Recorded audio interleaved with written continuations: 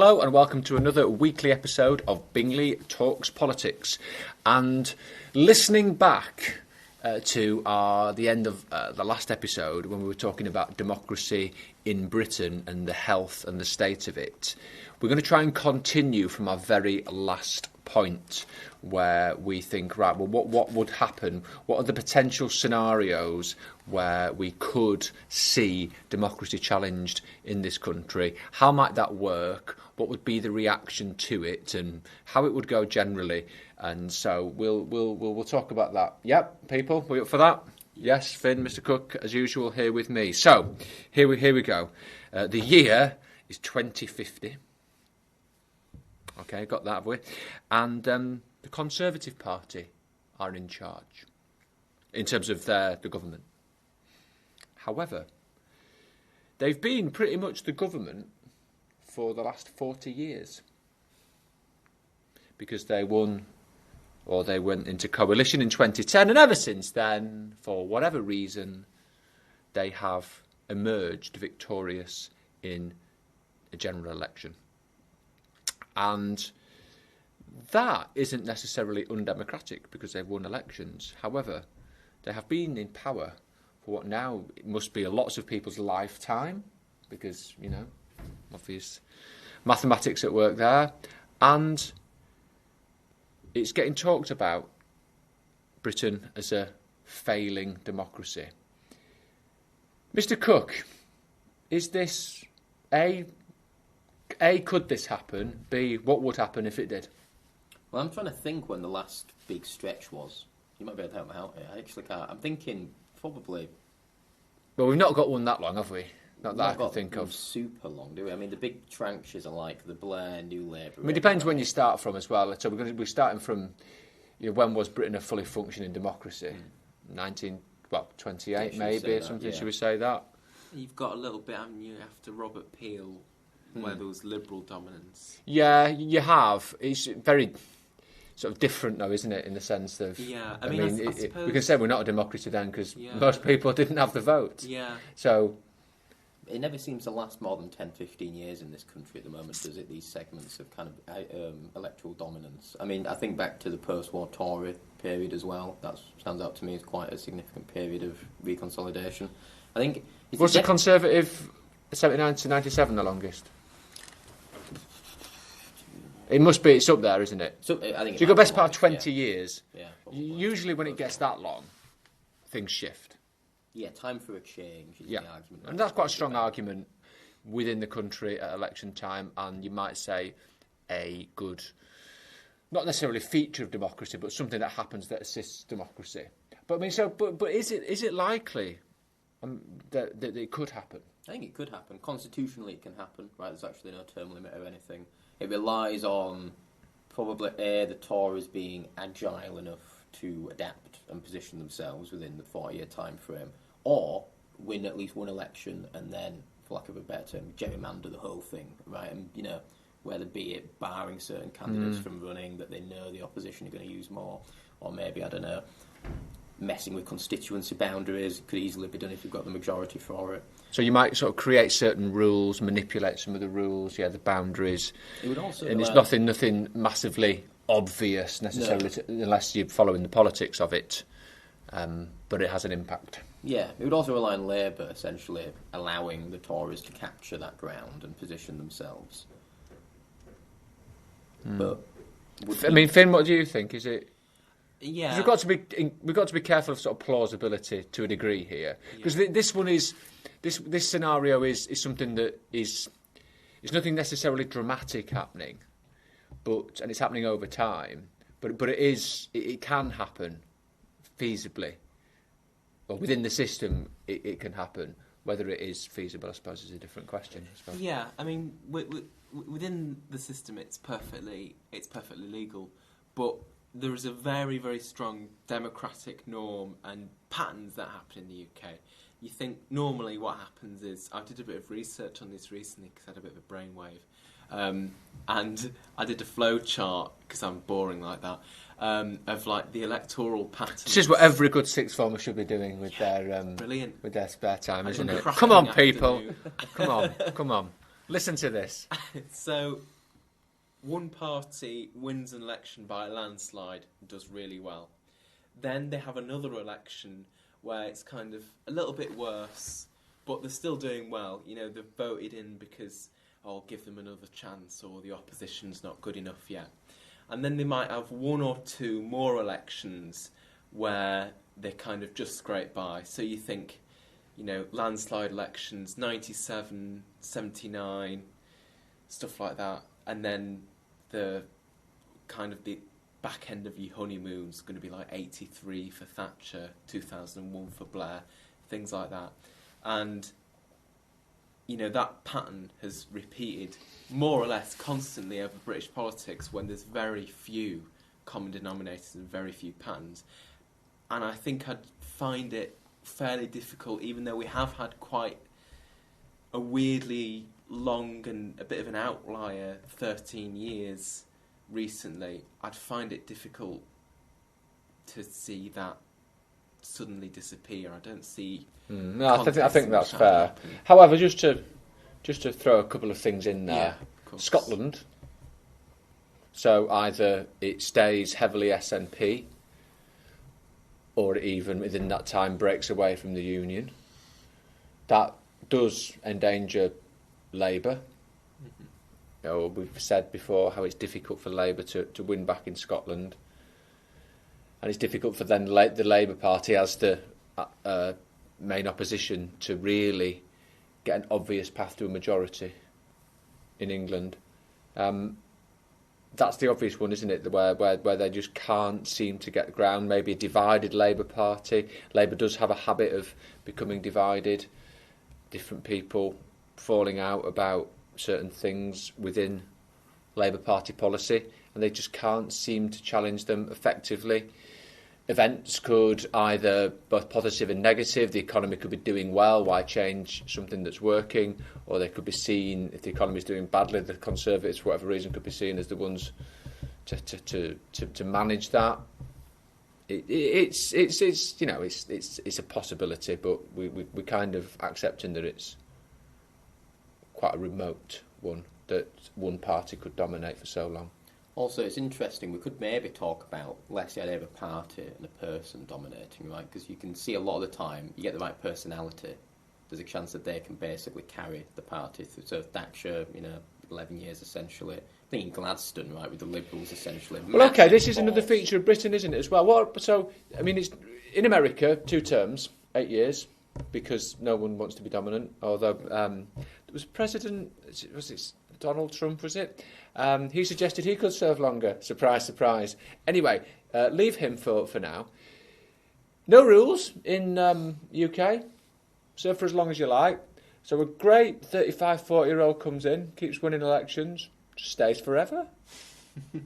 What, so there'd be 80 by the time? Yeah. It'd be like Biden. But the leader of they're just really good. Well, first of all, it depends how they manage the party. It depends, are they just so good at managing all the different factions that they can just keep it stable for 40 years, which is, let's face it, that's impossible, because that's never happened. There's no precedent for that happening for even 10 years. Or do they, and this is perfectly imaginable, do they just get rid of party democracy and dominate the party?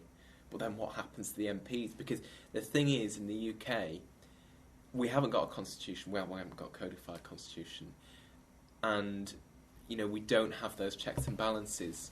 But in theory, we do. And in theory, they're even more effective than in America, because we've had this stable democracy for so long, and the conventions just accumulated over time. Yeah, the way it works. Like things seem to happen. I mean, as I sort of said, as I was saying, a leader in charge for 40 years. I mean, that's going to take some doing, isn't it, for one person, as you say, to manage their party, to keep all the house in order, for people not to get bored with them.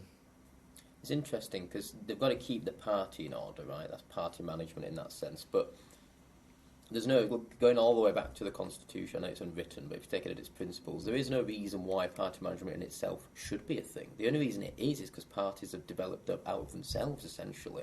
The whole idea, the same with the American system, right? You elect individuals, not parties, to run. So there's nothing to say that if, 649 MPs chose to back a single person for Prime Minister, there is no constitutional break on them doing so, and it would give, whether it be the Prime Minister or, if we come to some counterfactuals later, a king maybe, there'd be nothing actually stopping the king or the Prime Minister exercising absolute power, essentially. There'd be very little breaks on them, actually, which is interesting. I think something interesting, and this comes where sort of populism is injected into the conversation, is when the leaders then start to speak of how they represent the people, which is a typical populist playbook. You have a leader who says, I represent the people. Now, they often mean a segment, or they always mean a segment of the people in society, but they use that as a whole. And it's that language, I'm representing, so they bypass whether Parliament is causing a problem for them, whether there's something that is being challenged that they want to do. Yeah, but it's the people. I'm representing the people. The people don't want this. And he or she, it just happens to, most of the examples, be a he recently, they seem to embody that. That's what they're suggesting. And that creates some sort of momentum, and they stay in power. It turns into a positive for them. You see what I mean? Yeah, I understand what you mean. It's, that kind of weight of time almost backs them up. We talked about democracy, obviously, last week we started this, and democracy, the people are crucial. So it doesn't sound controversial for a leader to say, but I represent the people. It just gets it can get very problematic and anti-democratic, undemocratic.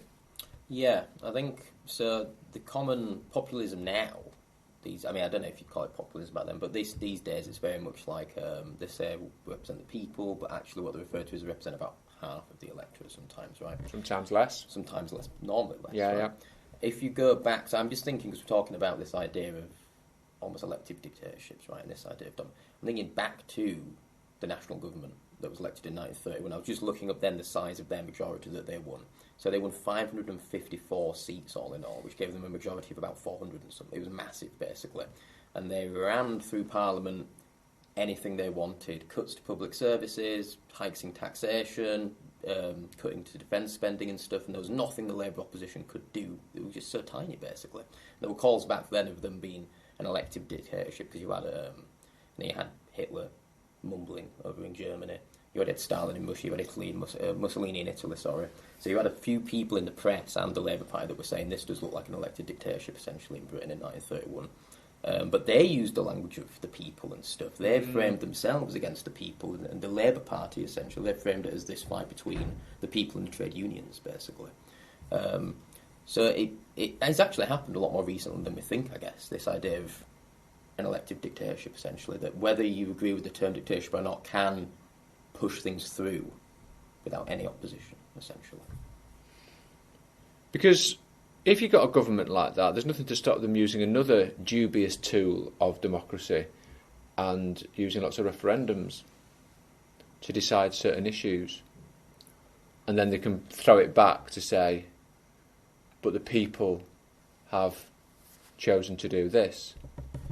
And Clement Attlee was very, very sceptical about referendums. They're the tools of dictators and despots, and you can see what he means with how they can be used to try and justify actions. And it seemed like many people back them, but actually there's a danger there. I mean, that's the thing with referendums, isn't it? You look at Brexit, and leave and remain is just such a oversimplified choice for that, and in a sense, the democratic nature of referendums, because it is so simple, it is so stripped back, almost makes it undemocratic, because you've got, do you want a deal? Do you want soft Brexit? Do you want hard Brexit? Do you want another vote? Should we do this round again? And it just creates this tension and nobody quite knows what's happening. Nobody knows where to go. What does this mean? What is the meaning of this vote? What is the meaning of life? And 42. But it's, yeah, and I mean, I suppose that's the thing with referendums, isn't it? They are inherently difficult to interpret. There's various ways out there that within the system, without it actually doing too much other than being manipulated, used, working out in a particular way, that what is seemingly a democratic system can actually move to be what looks like quite an undemocratic system, such as the nature of elections, how parliaments, how it works, use of referendums, and no time limits on governments or prime ministers, and it's there, but it hasn't happened. Yeah, to that extent. We've given examples, but to that extent.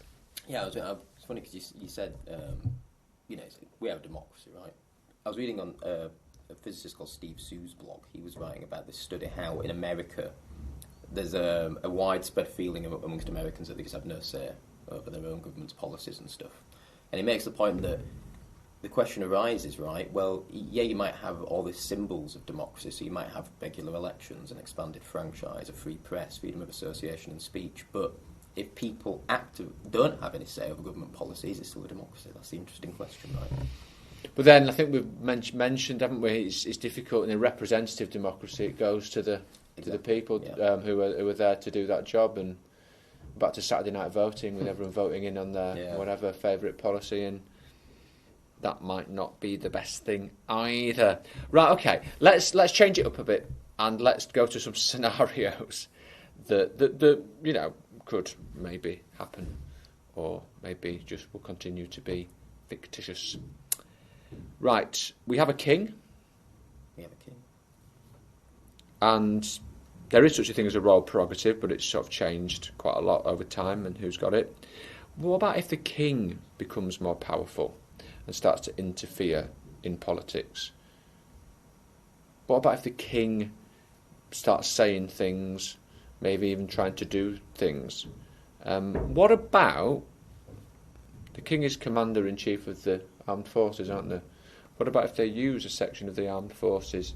Something happens with the government that the king is particular, and I keep saying king, I'm not necessarily saying Charles will do this, but it just so happens we do have a king now, and that tends to get, what happens in these situations is where you don't think something almost kind of get a life of their own, or certainly unanticipated things happen. The army might become involved, and there's protests and counter-protests, and they're put down militarily, and before you know it, you've got a king and maybe even some form of military coup going on in the country. I mean, this is the thing, because in UK democracy, because the way in which our democracy functions is unique from everywhere else on earth, apart from the places that we invaded and said, do our system. This is absolutely unprecedented if this did happen. So I kind of think, you think, maybe the Supreme Court will be able to stop them, like in the USA. But then you see with the proroguing of Parliament, they can only say, that's unlawful, you probably shouldn't do that next time. I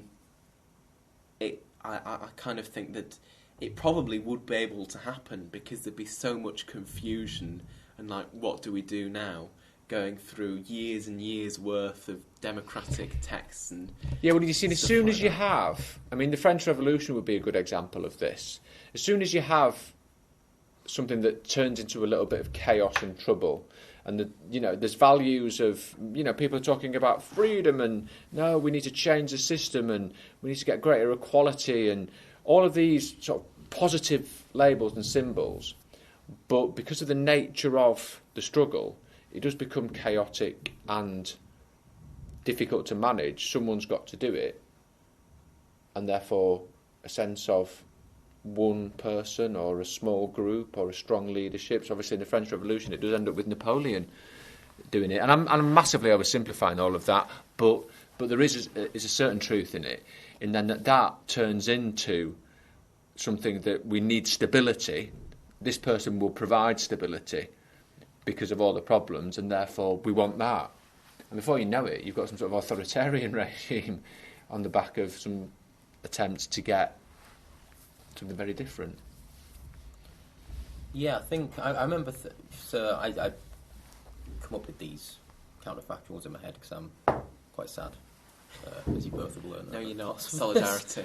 But so I always think. I'm not going to focus on this for more than 5 seconds. But in the Capitol riots and stuff, right, with Trump, there's an avenue you can see where Trump wheedles his way through and manages somehow, not necessarily for long, but retain the executive office, right?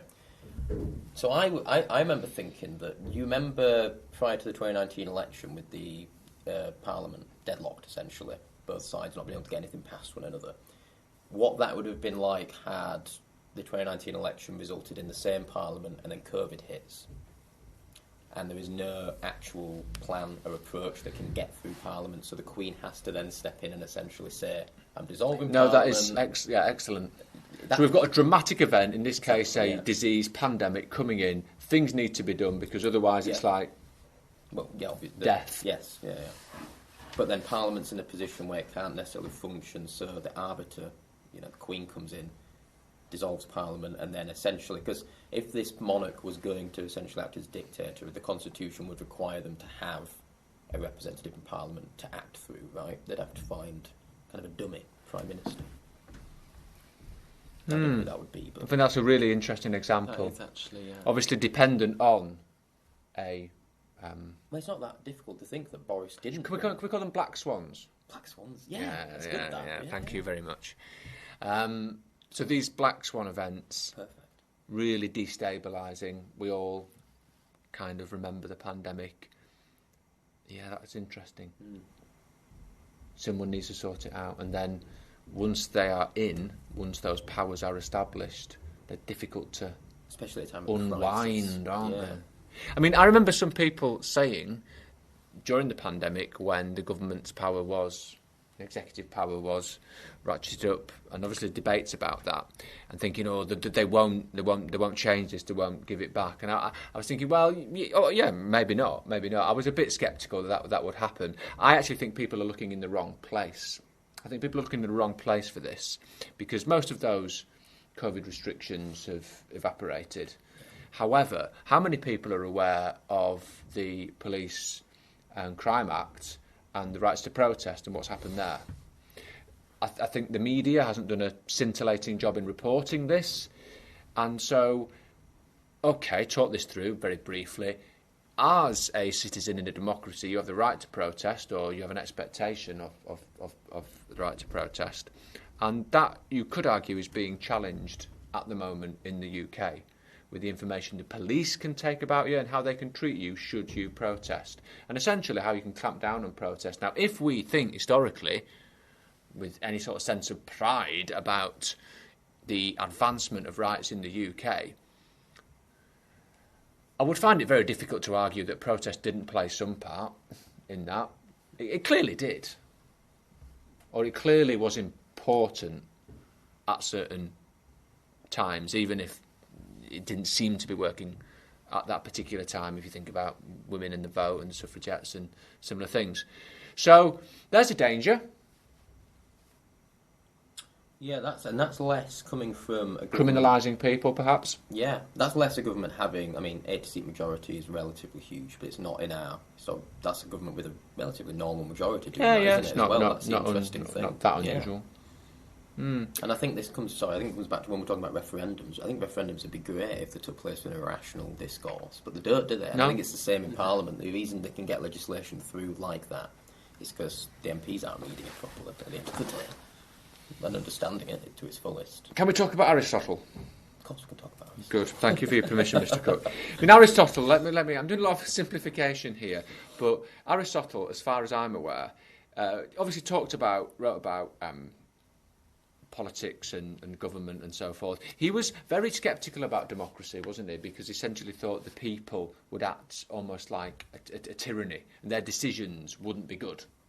And actually he favoured a more aristocratic form of government. Again, simplification may be. But we're back to that really, aren't we, with the nature of not just referendums, but, giving what seemingly is more people power, again, a bit of populism injected in there again, and you don't necessarily get either a democratic or an effective outcome at the end of it. No, I mean, to an extent, I kind of agree with Aristotle. You look at Brexit and how that's affected our politics, the way in which the Conservative Party in particular and the Labour Party feels it has to abide by the results of the referendum when there's been, it's not subjective to say, there's been lots of evidence to say that Brexit's been bad for the economy. It has been, the way in which Brexit's been forced has been quite dogmatic. So to an extent I kind of do agree with that, what Aristotle says. You can see an argument there, can't you? Yeah, you can see where it comes from.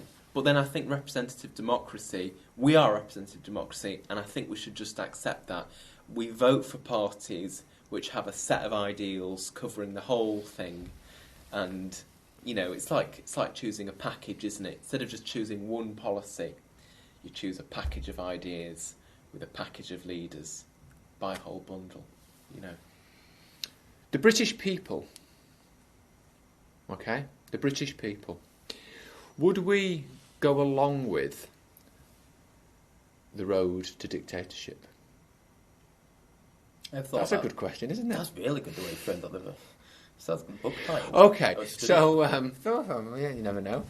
What I'm suggesting here, and it's something that I've talked about and bandied about, I heard somewhere said a while back now that we're never more than 3 steps away from a democracy or something similar to that, and that got me thinking about that. And then this idea of being obedient, and this idea of uniformity and people falling in line.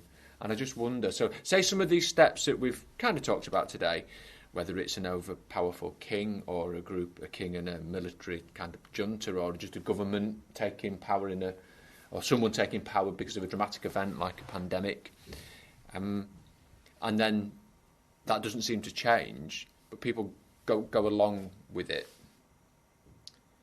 Would that happen? It kind of depends. First of all, the fashion in which it happens.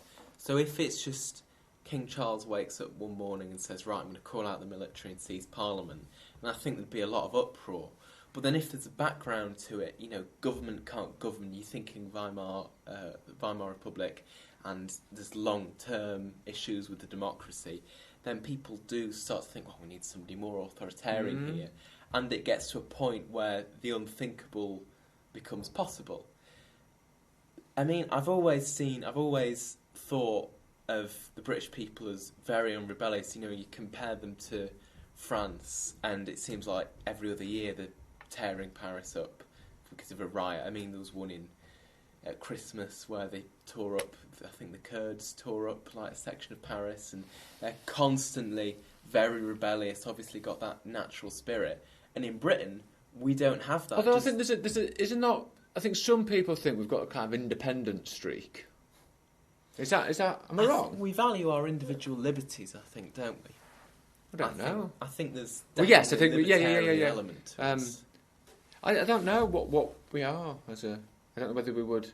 Some nations. I mean, there is the argument that the Germans were obedient and went along with the Nazis. Again, simplification there, but it's an interesting one.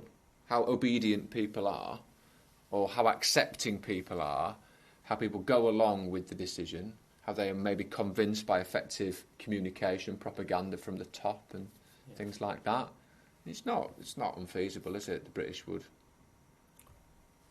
buy into the dictatorship. Yeah, I remember at university being obsessed with this idea, the question of why Britain didn't actually fall to any form of Petanism or Nazism or anything during the 1930s. Why it was it something to do with the people themselves and the culture, which is kind of this mystical argument, or is it more to do with the institutions themselves that Britain had relative to the continent?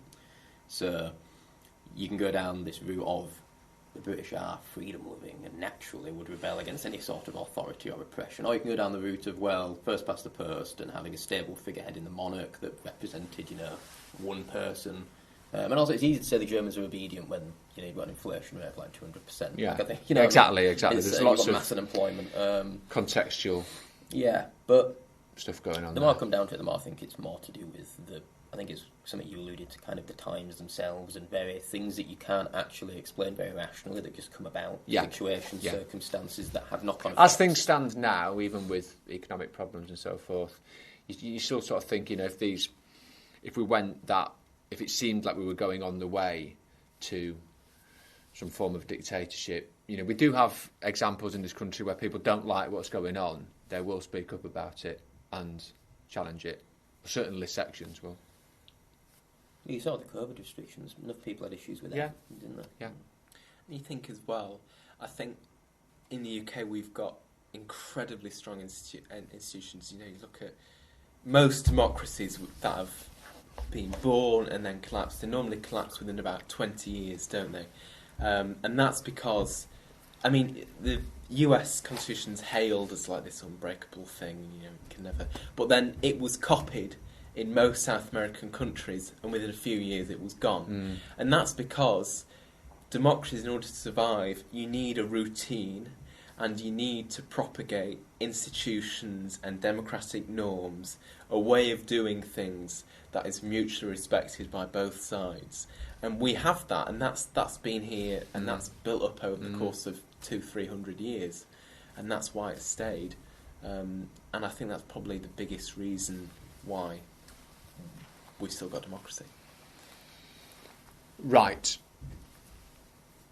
But just a final thought then, and then maybe something to pick up on a future episode. COVID lockdown protests. You got me thinking there, Mr. Cook, because I remember watching them. And I'll have to say, people, with a degree of frustration at the people attending them. And I'm going to stick my neck on the line here now. So these people who then start bandying up, I think you're perfectly entitled to protest and make arguments about a restriction in civil liberties. Yeah? We can disagree about that, but that's perfectly normal part of democracy. So, if you're confined to your house for more than so many hours a day or whatever, you're perfectly entitled to challenge that as part of democracy. Many people, I think, would argue back and so forth, but that's fair enough. I think when it got too much for my frustration level started to burst, was when it sort of packaged up with, the government's got a conspiracy, they're injecting things into our arms. I mean, I'm sorry. If you think this, you have problems. You have cognitive problems because you're just not thinking it through. You're not thinking about where your evidence. You've obviously got no real sort of sense of history. You've got certain issues. I'm not belying any sort of. We understand the government doesn't present the facts all the time. We understand the government can try to communicate in certain ways, but it's the problem I've got with then conspiracy theorists in that sense is they confuse the issue and they're not looking in the right way at the right things, and they're getting all confused about certain things. That we've got some sort of Boris Johnson was the head of some sort of totalitarian regime. I mean, really, Boris couldn't really organise, said something in a brewery, could he really? Well, he didn't organise it, he just went along with it, didn't he? Do you know what I mean? Someone else organised it and he was part of it. I mean, come on. I mean, that as I say, keep an eye out. But you've got to look in the right place perhaps and be aware of the right things. And that leads us on to this idea of information and how that's maybe damaging democracy. Yeah, conspiracy theories, misinformation, social media, mainstream media, politicians themselves. Where are we with that? I think that may be something we can link back to. Yeah. So, I'll tell you what we're going to do to finish. We will score British democracy as we sit here. What date is it today? Last day of February, is that right? I think, isn't it? The end of February, 2023. So I'll talk for a little bit longer, so you can have it. Out of 10, you've got to score it. How healthy is British democracy at the moment? Because we've talked about it for 2 episodes now. Who's going first? I think I'm going to throw out 7.3. I'm going to be really specific. Yeah. Oh no! Really specific. I don't like decimal points, Mr. Cook. I don't understand them. Round in it this. down to 7. Round it down to 7. I can't bring myself to say 8 is the thing, so I'll go with 7. 7. So 7, but you're not. You're 7 plus. Yeah. Yeah. I'm going to go with 8.9 recurring. It's recurring. But you can't bring yourself to go 9. That's as close to 9 as you can get. No. It is 9, isn't it? I Isn't kind it? of feel Come like on, Finn. 0.0. What is it? 0. I won't ask you what that is in forgotten terms of all the that. features of democracy. That's quite positive, isn't it? It's Yeah. you're positive. I don't see. I don't know where to go here because I don't want to agree with any of you. I Optimism. mean, perish the thought. 7. I'll go 7. Flat 7. Not 7. That's good though. 7 out of 10. I'll take that most of the time. It's Wouldn't like you? an average of a Yeah. 8. Split between us. Yeah. So that's good. That's good. Well done, UK. You've done really well. Yeah. Right. Until next week. Right. Cheers. Thank you for listening. And see you next week.